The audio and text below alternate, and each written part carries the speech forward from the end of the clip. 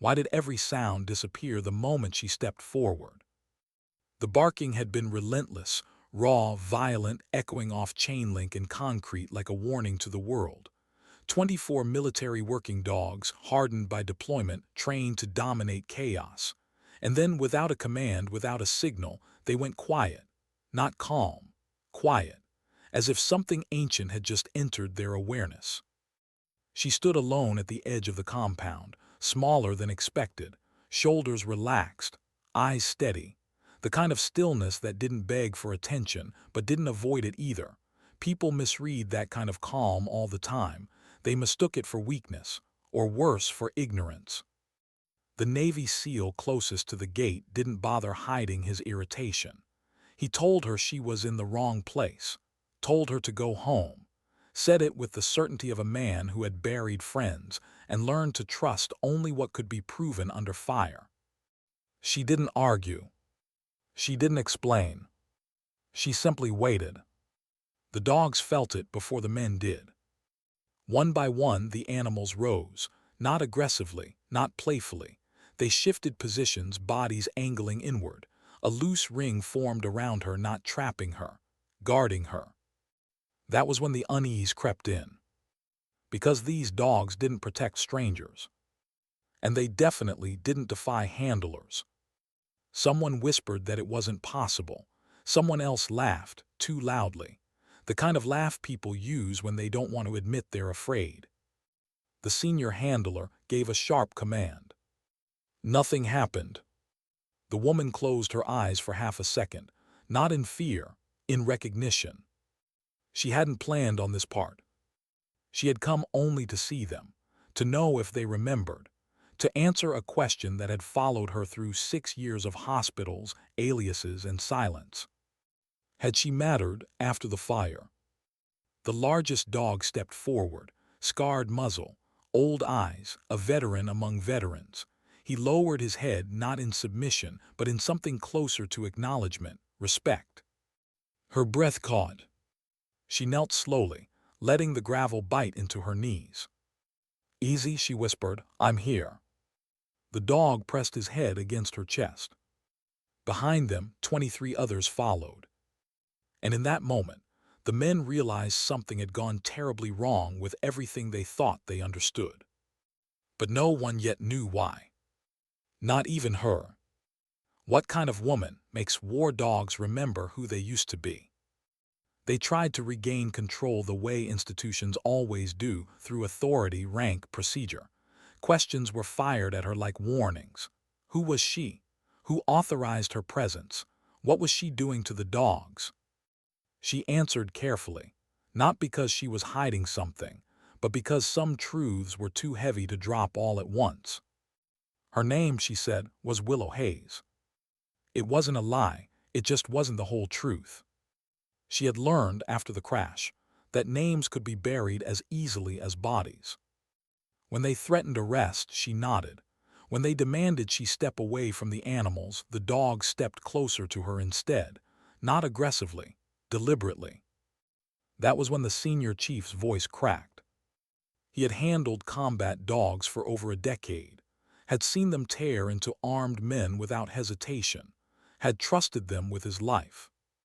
And now they were choosing her.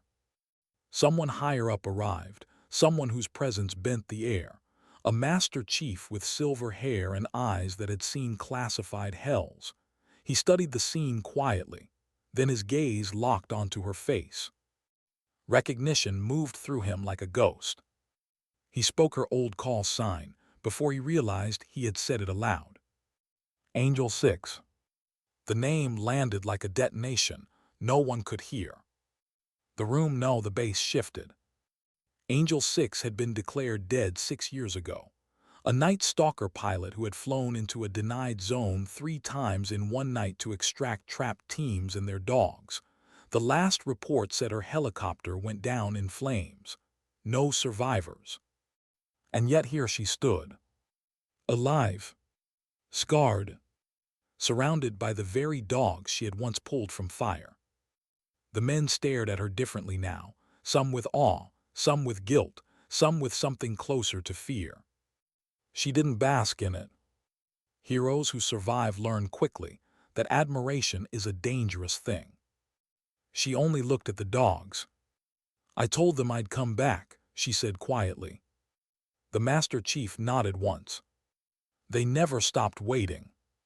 What does survival cost when the war doesn't let you go? They gave her space after that, not out of kindness, but because no one knew what protocol applied to a dead pilot resurrected by memory and muscle. She spent the night on the ground, back against the fence, wrapped in borrowed fatigues. The dogs arranged themselves around her without instruction, a living perimeter, warm, steady. She didn't sleep much. The past never sleeps when it senses you've stopped running. The fire came back first, then the sound of rotors failing, then the radio, voices breaking, dogs howling, men calling coordinates through blood. She remembered loading the last dog herself, hands shaking, skin burning, knowing the aircraft wouldn't lift clean. She remembered choosing to go anyway. In the dream, she always made the same decision. She woke before dawn with her jaw clenched and her hands buried in fur. A handler watched from a distance. He had mocked her the day before. Now he couldn't meet her eyes. Later that morning, they tested her. Not gently. They ran standard evaluations: command compliance, aggression control, stress tolerance. Dogs that had failed every handler since Kandahar responded to her with precision, not because she dominated them, because she listened. When simulated gunfire exploded around them, she didn't shout. She breathed, slow, grounded. The dogs matched her rhythm, 24 nervous systems regulating around one calm center. 5 minutes later, the exercise yard was silent again. Not tense, peaceful. The senior chief stared at his clipboard like it had betrayed him. He asked her how she did it. She told him the truth. "They trust me because I didn't leave them." He looked away. Trust, she knew, was the one thing you couldn't train into existence. What happens when dignity returns to those who never asked for medals? Word traveled faster than paperwork ever could. An admiral came that afternoon, 3 stars, direct authority. He offered her resources, a program, a chance to rewrite how military working dogs were treated after trauma. She listened. Then she looked at the dogs. "I didn't come back to be useful," she said. "I came back because they deserved someone who remembered what they gave." The admiral didn't argue. Some truths outrank orders. Over the next days, the facility changed. Slowly, quietly. Handlers stopped pulling leashes so tight. Medical reports were reread with new eyes. The dogs slept deeper, ate better, watched less. They weren't cured, but they were seen. One evening, a SEAL's sister came to thank her, said her brother still talked about the pilot who flew through fire to bring him home. Willow listened without correcting her. Gratitude wasn't why she survived. She survived because something unfinished had refused to let her die. Why do some warriors come back and others stay broken? On her last night before formal assignment, she walked the fence line alone. The dogs followed at a respectful distance, not clinging, not guarding. Choosing. She stopped and looked at them. "You don't owe me anything," she said softly. They sat. She smiled, not because she felt healed, but because she finally felt aligned. The war had taken her name, her face, her certainty. But it hadn't taken her purpose. And maybe that was enough.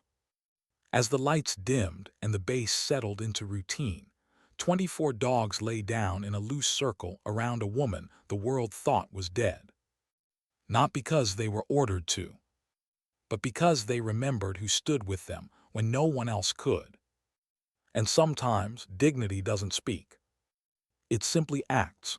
Why did the silence feel heavier after they accepted her instead of chasing her away? Acceptance should have eased the pressure. It should have loosened the knot in her chest. Instead, Willow felt it tighten, slowly, deliberately, like the moment before turbulence hits an aircraft that looks perfectly stable from the ground. The handlers had stepped back, the jokes had stopped, the laughter was gone. In its place was something more dangerous than mockery. Expectation. She felt it in the way eyes followed her now, in the way voices dropped when she passed, in the way rank suddenly didn't seem as solid as people pretended it was. The dogs sensed it too. They stayed close, not crowding her, not clinging, just present. 24 shadows that moved when she moved, stopped when she stopped. A quiet reminder that whatever this place had been before, it wasn't that anymore. Willow stood at the edge of the kennel compound as the morning sun burned off the last of the mist. She told herself she hadn't come back for this, for authority, for relevance, for recognition. She had come back to answer a single question that had haunted her through 6 years of being officially dead. Did it matter? Now the answer stood around her, breathing steadily. And that terrified her more than the crash ever had. A senior handler finally broke the silence. His voice was careful, controlled, like someone approaching unexploded ordnance. "So what do we do now?" Willow turned to him, studied his posture, the tension in his shoulders, the way his hand hovered too close to his belt, not for a weapon, but for control. "I don't know," she said honestly. That unsettled them. People expected legends to arrive with plans, with speeches, with certainty. She had none of that. What she had were memories that still smelled like fuel and blood, and a body that remembered what it cost to keep going when logic said stop. The lieutenant commander cleared his throat. Paperwork appeared, temporary authorization, restricted access, carefully worded phrases designed to keep everything contained. Willow signed without reading too closely. She signed worse things under worse conditions. As they escorted her toward the administrative building, the dogs followed, until a handler instinctively stepped in front of them. "Stay," he ordered. The dogs didn't move. Not defiance. Confusion. They looked at Willow. She felt the pull immediately, the responsibility settling onto her shoulders like a familiar weight she'd sworn never to carry again. "It's okay," she said quietly. "Give them space." The dogs hesitated. Then slowly they backed away, one by one, reluctant, watching her like she might vanish if they blinked. That was when it hit her. They weren't guarding her. They were afraid she'd disappear again. The thought hollowed her out. Inside the building, the air smelled like disinfectant and old coffee. Fluorescent lights hummed overhead. The normalcy of it all felt wrong, too clean for what had just happened outside. A civilian contractor offered her water. She took it with a nod she barely felt. Someone asked if she was okay. She almost laughed. Instead, she focused on her breathing, in through the nose, out through the mouth, the same pattern she'd taught herself in the wreckage while waiting for rescue that might never come. The Master Chief joined her near a window overlooking the kennels. He didn't crowd her, didn't demand anything, just stood there, hands clasped behind his back. "They haven't behaved like this since Kandahar," he said quietly. Willow didn't answer. "You know that, don't you?" "Yes." They stopped responding the day they came back. Not fully, not the way they used to. "I know." He glanced at her, surprised. "I read the reports," she added, "the ones that made it past classification. And they were wrong." He didn't argue. "They weren't disobedient," she continued. "They were grieving." The word landed hard. Military spaces didn't like that word. It didn't fit into readiness metrics or performance evaluations. The Master Chief exhaled slowly. "They're dogs," he said, not unkindly. "Some people will never accept that." Willow's jaw tightened. "Some people never accept that soldiers grieve either," she replied. Outside, one of the dogs began to whine, soft, almost embarrassed by the sound. Willow turned back toward the window. "That one," she said, "second row, left side." The Master Chief followed her gaze. "Shadow," he said, "lost her handler on the third extraction." Willow closed her eyes. "I remember," she whispered. The room felt suddenly smaller. Later, when they finally allowed her back into the compound, it was under supervision. 2 handlers, 1 officer, clipboards ready, liability hanging thick in the air. Willow knelt beside Shadow's kennel and didn't touch her. Didn't speak. She just sat. Shadow approached the fence cautiously. Her ears flicked back, her eyes darted, a body trained for violence trapped in a memory of chaos. Willow waited. Minutes passed. The handlers shifted uncomfortably. Then Shadow lay down against the fence, pressed her side into the chain link, let out a long, shuddering breath. Willow's throat burned. "That's not standard protocol," someone muttered. "No," Willow said, "it's respect." The handler scoffed. "Dogs don't need respect." Willow stood slowly, met his eyes. "Neither do weapons," she said, "but we give it to them anyway." That night she was offered a bed again. Again she declined. She chose the ground. The dogs chose her. She sat with her back against the fence, knees pulled close, arms wrapped around herself. The air was cool, the stars faint but present. The dogs formed a loose ring, not tight, not rigid, just close enough. "Safe." Willow stared up at the sky and felt the familiar ache return, the one that whispered she didn't deserve this, that survival wasn't the same as worth. She thought of the men she couldn't save, the co-pilot whose name she still couldn't say out loud, the handlers who had trusted her with their dogs and never made it home. Her chest tightened. "I'm sorry," she murmured into the dark, "not to the dogs, to the ghosts." Thor shifted closer. His weight against her side was solid, unquestioning. She rested her forehead against his neck and let the tears come, quiet, controlled, the way you cry when you've learned not to make noise. No one commented. No one interrupted. For the first time since Kandahar, she wasn't alone with it. Morning would come with evaluations, challenges, resistance. She could already feel it lining up. But for now, in the fragile space between night and dawn, something inside her loosened. Not healed, but held. And sometimes, that's how survival begins again. Not with orders or medals or redemption arcs. Just with staying. When everything inside you wants to run. And choosing instead to remain. What happens when everyone starts watching and waiting for her to fail? The morning didn't arrive gently. It came sharp and deliberate, carried on the sound of boots on gravel and radios cracking to life. The bass woke the way it always did, efficient, structured, unquestioning. But beneath that routine, something had shifted. Willow felt it before she opened her eyes. The dogs were already awake, not restless, alert.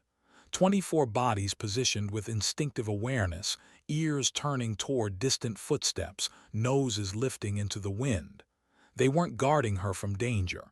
They were preparing for judgment. She sat up slowly, joints stiff from the ground, breath steady despite the weight in her chest. For a moment, she allowed herself to pretend she was back in the desert, pre-flight, pre-mission, when anticipation felt clean instead of heavy. Then reality pressed back in. Today was going to matter. Not because of rank, not because of paperwork, but because people were going to decide whether what they'd witnessed yesterday was real or an anomaly they could dismiss. She stood brushing dust from borrowed fatigues and felt every pair of eyes on her before she saw them. Handlers gathering along the fence line, officers standing apart, arms crossed, expressions neutral in that practiced way that hid discomfort behind professionalism. And there off to the side, the senior chief. He hadn't slept well. Willow could tell. His posture was rigid, jaw tight, eyes sharp with a mixture of vigilance and resentment. Men like him didn't lose control gracefully. They rebuilt it or broke trying. She didn't blame him. She might have been the same once. "Morning," someone said, too casually. Willow nodded, "Morning." No one smiled. They moved to the exercise yard without ceremony. Clipboards came out, tablets lit up, radios were adjusted. Everything about it screamed evaluation. She'd been evaluated her whole life. She knew the signs. "Today's about observation," the lieutenant commander announced. "No interference unless safety is compromised."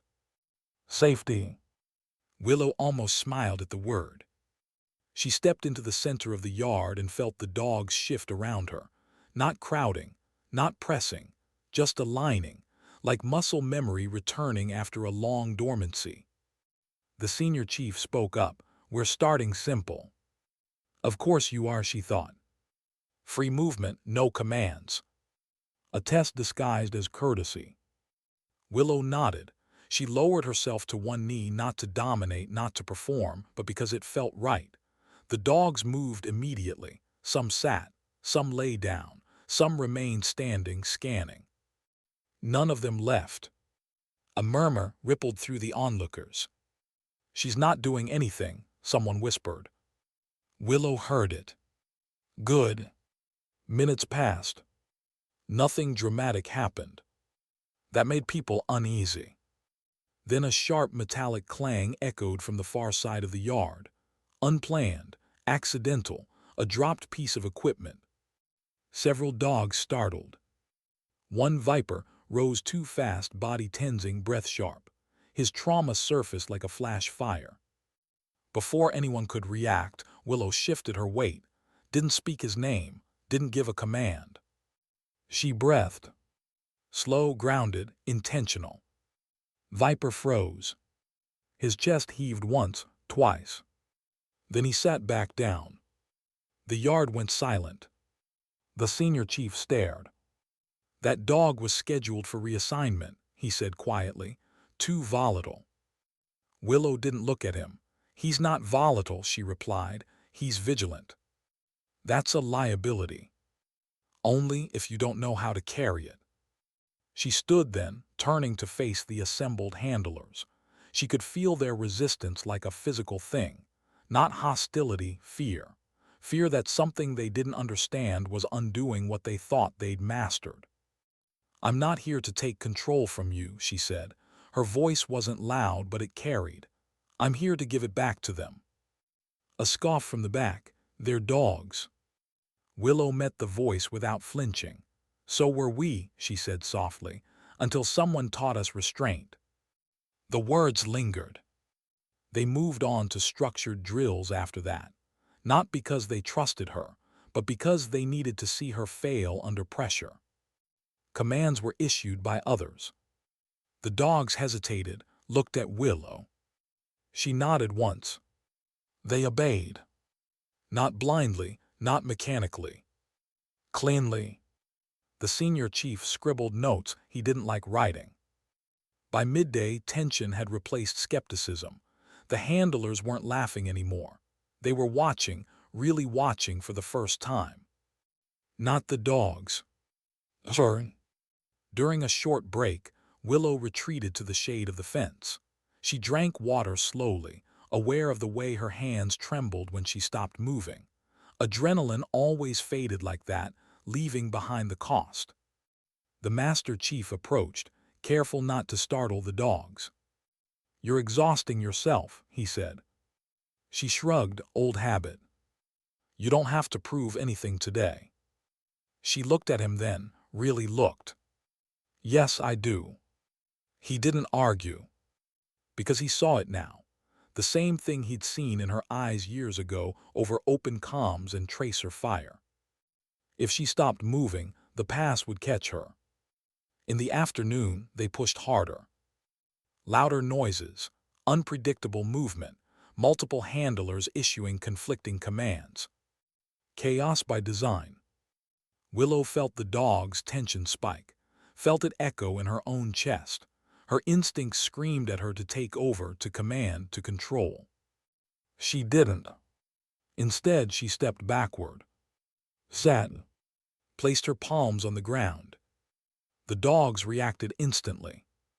They formed around her again, not because she asked them to, but because it was the only configuration that made sense. Protection, unity, shared burden. Someone cursed under their breath. The lieutenant commander lowered his clipboard. "That's enough for today," he said. No one objected. As the crowd dispersed, the senior chief remained. He watched Willow for a long moment before speaking. "You're undoing years of conditioning," he said. She met his gaze. "No, I'm finishing it." He shook his head. "You make it look easy." "It is." A pause. Then quietly, "They don't look at me like that." The admission surprised them both. Willow softened her tone. "They don't need another commander," she said. "They need someone who remembers what it costs to follow." He didn't respond. But he didn't walk away either. That night, as the base settled and the lights dimmed, Willow sat with the dogs again beneath the open sky. Her body ached. Her mind wouldn't slow. She wondered how long this fragile peace would last. How long before someone decided she was too much of a complication. Too human. Too alive. Thor lay beside her, breathing slow and even. The others slept in loose clusters, finally at rest. Willow leaned back against the fence and closed her eyes. For the first time in years, tomorrow didn't feel like something to survive. It felt like something to face. And that frightened her more than any mission ever had. Because facing meant staying. And staying meant choosing life again. Even when it hurt. Why did her chest tighten when she realized the hardest part was just beginning? The applause never came. There were no nods of approval, no quiet congratulations passed behind hands. Instead, there was distance, measured, professional, deliberate. The kind of distance people keep when they don't yet know whether something is a solution or a problem they'll have to explain later. Willow noticed. She always noticed. The dogs did too. They followed her less closely that morning, not because their trust had weakened, but because something new was forming. A confidence that didn't cling. A steadiness that allowed space. That was progress. It also made people nervous. Progress always did. By midday, the first formal meeting was called. Conference room, frosted glass, flags in the corner, a table too long for the number of people who actually mattered. Willow sat at one end, hands folded, posture relaxed in a way that came from discipline, not ease. The dogs weren't allowed inside. That had been made very clear. She hadn't argued. You couldn't force understanding. You could only wait for it to catch up. Across from her sat officers, legal advisors, behavioral specialists. The senior chief took a seat off to the side, arms crossed, jaw set. The master chief stood near the door, unreadable. The lieutenant commander opened the session with neutral language and cautious phrasing. Everything was framed as observations and potential implications. Then the questions started. How long do you intend to remain on site? What exactly is your role? Are you claiming exclusive influence over the animals? Willow answered calmly, simply, without embellishment. I'm not here to lead them, she said. I'm here to stabilize them. A behavioral specialist frowned. That's not a recognized designation. It should be, Willow replied quietly. Someone scoffed. Another question followed, sharper this time. What makes you qualified to do that? The room waited. This was the moment they wanted her to perform, to recite credentials, to list medals, to justify her existence. She didn't. I was there when they broke, she said, and I didn't leave. Silence stretched. The legal advisor adjusted his glasses. That's not measurable. No, Willow agreed, But it's real. The senior chief shifted uncomfortably. A screen lit up at the far end of the room. Footage began to play, training yard, the dogs responding under stress, Willow seated on the ground as chaos unfolded around her. This was recorded yesterday, the lieutenant commander said, unedited. No one spoke as they watched. The dogs' reactions were subtle but undeniable. Breathing slowed, body language softened, focus sharpened. She's not commanding them, the behavioral specialist murmured. She's regulating them. The words hung there. The Master Chief smiled faintly. But regulation without authority made institutions uneasy. It meant power existed outside the hierarchy. And what happens, someone asked carefully, if you leave again? The question landed like a blade. Willow felt it slice cleanly through the armor she'd built. She didn't answer immediately. Because she didn't know. Because that question had followed her every night since she'd walked back through those gates. I don't intend to disappear, she said finally. That's not a guarantee. No, she said, but neither is any deployment. The room went quiet. The meeting adjourned without resolution. No endorsement, no rejection, just more waiting. Outside, the dogs greeted her with calm enthusiasm. Tails wagged, ears flicked, eyes bright but steady. They didn't ask where she'd been. They trusted she'd return. That trust hurt more than suspicion ever could. Later that afternoon, an incident unfolded without warning. A visiting unit arrived for joint exercises. New handlers, new energy, unfamiliar smells. One of the dogs, Ranger, reacted poorly to a sudden movement. Not aggressively.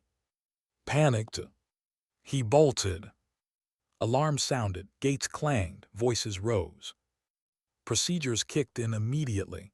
Containment protocols, tranquilizers readied, handlers spreading out to block exits. Willow saw it all from the far side of the yard. And she ran. Not toward Ranger. Away from him. It confused everyone. She moved to an open space beyond the last row of kennels, sat down, placed her hands flat against the dirt, lowered her head. Ranger skidded to a stop. Looked back. Saw her. And came. The dogs behind the fence whined softly. The handlers froze. Ranger approached slowly, breathing hard, eyes wide. He circled her once, twice. Then collapsed beside her, body trembling.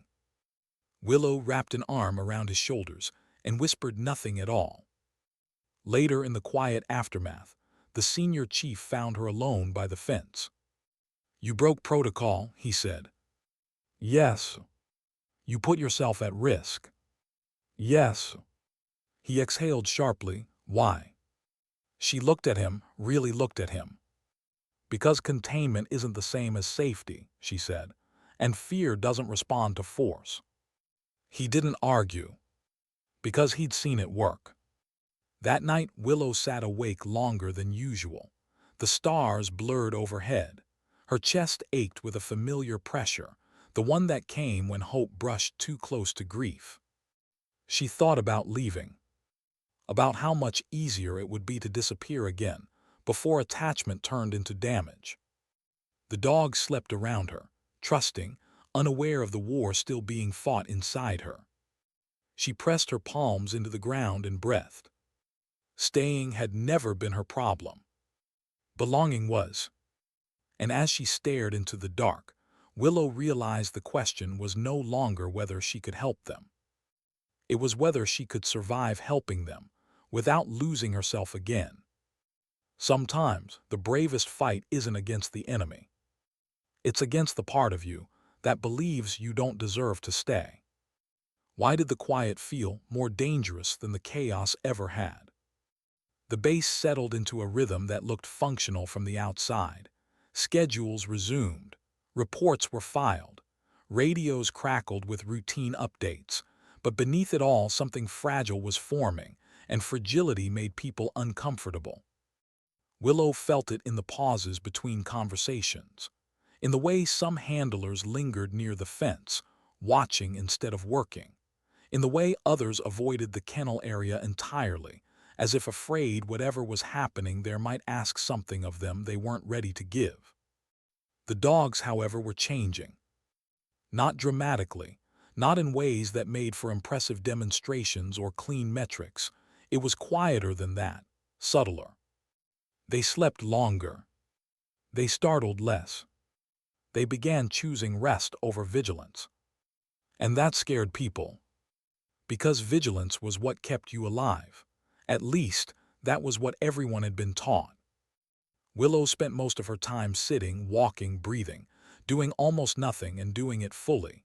She learned which dogs needed proximity and which needed space, who wanted eye contact, who avoided it, who flinched at sudden laughter, who relaxed when she hummed under her breath, low and off-key. She never explained what she was doing. Explanations invited arguments. Results spoke for themselves. Still, resistance hardened. A formal review was scheduled for the end of the week. The words continuation of access appeared in emails. So did risk exposure and dependency concerns. Dependency. The word followed her like a shadow. She heard it whispered once as she passed two officers in the corridor. They'll fall apart when she leaves. The comment wasn't cruel, it was practical. It still cut. That night, Willow didn't sleep beside the kennels. She walked the perimeter alone. The dogs noticed immediately. Some lifted their heads, some stood. None followed her past the fence. They were learning. So was she. Her steps slowed as the memories crept in, uninvited but persistent. The fire, the impact, the moment she'd woken beneath twisted metal and realized she couldn't feel her left leg, the weeks in recovery when she'd stared at a ceiling and wondered why she hadn't died with the rest of them. Survivor's guilt wasn't loud. It was methodical. It showed up in moments like this when things almost felt okay. She leaned against the fence and let the cold metal press into her back. "You don't get to keep this," the voice in her head whispered. "You never do." A soft sound interrupted the thought. Footsteps. The senior chief approached slowly, hands visible, movements deliberate. He'd learned that much. "You missed dinner," he said. "I wasn't hungry." "That's been happening." She shrugged. He hesitated. "They're worried." She knew who he meant. "I'm not their responsibility," she said. "No," he agreed, "but you are something." That wasn't reassuring. "They've scheduled a final evaluation," he continued. "Full oversight, external observers." She nodded. "I expected that." He watched her closely. "If this doesn't go the way they want." "I know." "Do you?" His voice softened. "Because if they pull you out of here, it won't just affect the dogs." She looked at him then, saw the concern he hadn't known how to name until now. "You think I don't know that?" she asked quietly. He had no answer. The evaluation day arrived wrapped in professionalism. Cameras, clipboards, observers who smiled without warmth, behavioral experts who spoke in probabilities and risk percentages. Willow stood in the yard, feeling smaller than she had all week. Not because she doubted herself, because she knew what was at stake. The dogs were brought out in controlled groups, each assessed independently, each pushed gently toward known stress points. Willow wasn't allowed to intervene. She watched Ranger pace, saw Shadow's ears flatten, felt Thor's tension ripple through the line. She kept her hands still. This wasn't about control. It was about trust. Then something unexpected happened. Shadow sat. On her own. In the middle of rising noise and shifting personnel, she sat and lowered her head. Her breathing slowed. Ranger followed. Then Viper. One by one, the dogs chose stillness. The observers murmured. "Is that a trained response?" No command given. The behavioral specialist leaned forward. They're self-regulating. Willow exhaled slowly. She hadn't taught them that. She just stayed long enough for them to remember they could. Afterward, the room felt different. Less guarded, less brittle. But institutions didn't move on emotion alone. One final question remained, the one no one wanted to ask directly. The lieutenant commander cleared his throat. What happens when you're no longer here? Every eye turned to Willow. The dogs waited. She swallowed. I won't always be, she said, and neither will you or them. A few people shifted uncomfortably. But what we build doesn't have to disappear when one person does. She gestured toward the handlers. They can learn this if they're willing. The senior chief felt something in his chest crack open. They already are, he said quietly. The room stilled. The decision wasn't announced that day. But it didn't need to be. That night Willow sat by the fence again. The dogs lay nearby, not encircling her, resting independently, connected without clinging. She felt something unfamiliar settle in her chest. Pride. Not in herself. In them. She realized then that redemption wasn't about being forgiven. It was about creating something that could live without you. The thought both hurt and healed. As the stars emerged overhead, Willow closed her eyes and allowed herself a fragile hope. Not that she would stay forever, but that what she'd given would. And sometimes, strength isn't measured by how tightly others hold on to you, but by how well they stand when you finally let go. Why did her hands shake when she realized this time? Leaving wouldn't mean disappearing. The decision came quietly. No ceremony, no announcement over loudspeakers. Just a signed document slid across a desk, stamped and dated, its weight far heavier than the paper suggested. Willow stared at it longer than necessary. Authorization granted. Permanent integration of revised canine rehabilitation protocols. Advisory role offered. Optional residency. Optional. The word sat there, almost mocking her. For years she'd lived with no options at all. Now she had one, and it terrified her. Outside, the kennel compound breathed with its own rhythm. The dogs moved freely now, no longer packing the fences like sentries guarding a past that refused to stay buried. They rested in patches of sun. They played briefly and awkwardly, like creatures rediscovering muscles meant for joy. They didn't look for her constantly anymore. And that was the greatest proof that she had done something right. Willow walked among them slowly, letting her fingers brush fur, letting each contact be brief, intentional. She had learned the danger of overstaying comfort, of becoming the thing others leaned on so hard they forgot how to stand. Thor approached last, tail wagging once before settling. His old eyes searched her face, not with fear, with understanding. She knelt, pressing her forehead gently against his. "You're going to be okay," she whispered. He licked her cheek once, then turned away. "It shouldn't have hurt." "It did anyway." The senior chief watched from a distance, arms loose at his sides. He didn't pretend not to see the goodbye in her movements. "You don't have to leave," he said when she approached. Willow smiled faintly. "I know." "You could stay," he added. "Help formalize this, train the handlers, build it into doctrine." She nodded. "That's exactly why I can't stay." He frowned. "That doesn't make sense." "It does," she replied gently. "If this works only when I'm here, then it doesn't work." He studied her for a long moment. "You always were stubborn," he said. She almost laughed. "I learned it in the air," she said. "When hesitation gets people killed." He hesitated now. "Where will you go?" She thought about that. About the small town where no one knew her name. About the quiet hangar where she'd been teaching herself to fly again. Not missions, not extractions, just sky. just motion without urgency. "I'll keep moving," she said, "but not running." He nodded, accepting what he couldn't change. That night the base held a modest gathering, not a farewell, just a shared meal under floodlights. Laughter surfaced, hesitant at first, then real. Stories were exchanged, some about dogs, some about missions, some about nothing at all. Willow sat among them, not apart. And for once, she didn't feel like a ghost borrowing space. Later, as the crowd thinned, a young handler approached her, nervous, earnest. "I didn't think they could get better," he admitted.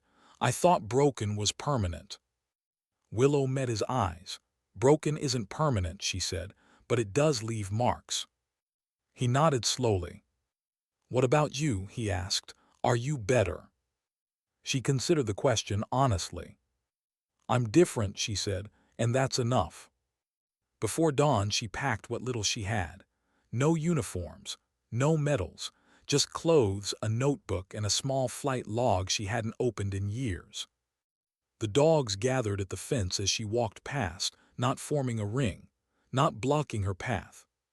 Watching. She paused, resting her hand against the cold metal. "Thank you," she said softly, "not for loyalty, not for protection. For letting her come back." She didn't look back when she walked away. Because she didn't need to. Weeks later, the reports would show measurable improvement, reduced incidents, faster recovery times, handlers adopting quieter methods, listening more, forcing less. No one would mention her name in the final documentation. She preferred it that way. In a small airfield far from the noise, Willow sat in the cockpit of a restored helicopter. The engine hummed beneath her, steady and alive. The sky stretched wide and indifferent ahead. She breathed in, breathed out. And lifted. Not into war, but into possibility. She flew low, then higher, then steadied, hands firm, heart calm. The past stayed where it belonged, not forgotten. Integrated. As the sun broke over the horizon, Willow Hayes, Angel 6 no longer, tilted the aircraft toward open space. She wasn't being guarded anymore. She didn't need to be. Because strength, she had learned, isn't about who stands around you when you're at your weakest. It's about who still stands when you finally step away. Sometimes dignity doesn't ask to be seen. It doesn't demand recognition or loyalty or fear. Sometimes dignity simply teaches others how to breathe again and trusts them to carry on.